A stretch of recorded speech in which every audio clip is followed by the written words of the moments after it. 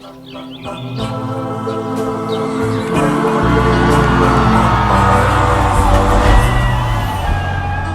сәлем, бүгін Каспий Кезет ойын фестивалі. Просто дайын баскетбол, дайын.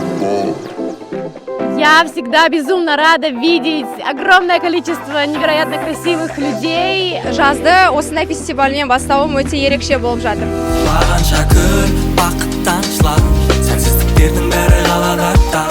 Мне кажется, такие фестивали нужно поддерживать. Мне вот понравился вот где Гэмблет. Каспий Кезет зонасы өте әдемі. Барлығы күшті атмосфера беріп жатыр, әртүрлі ойындар ойнатылып жатыр. Я даю большой респект Каспий за то, что он поддерживает молодежный фестиваль, дает возможность показать близость бренда с культурой, с искусством.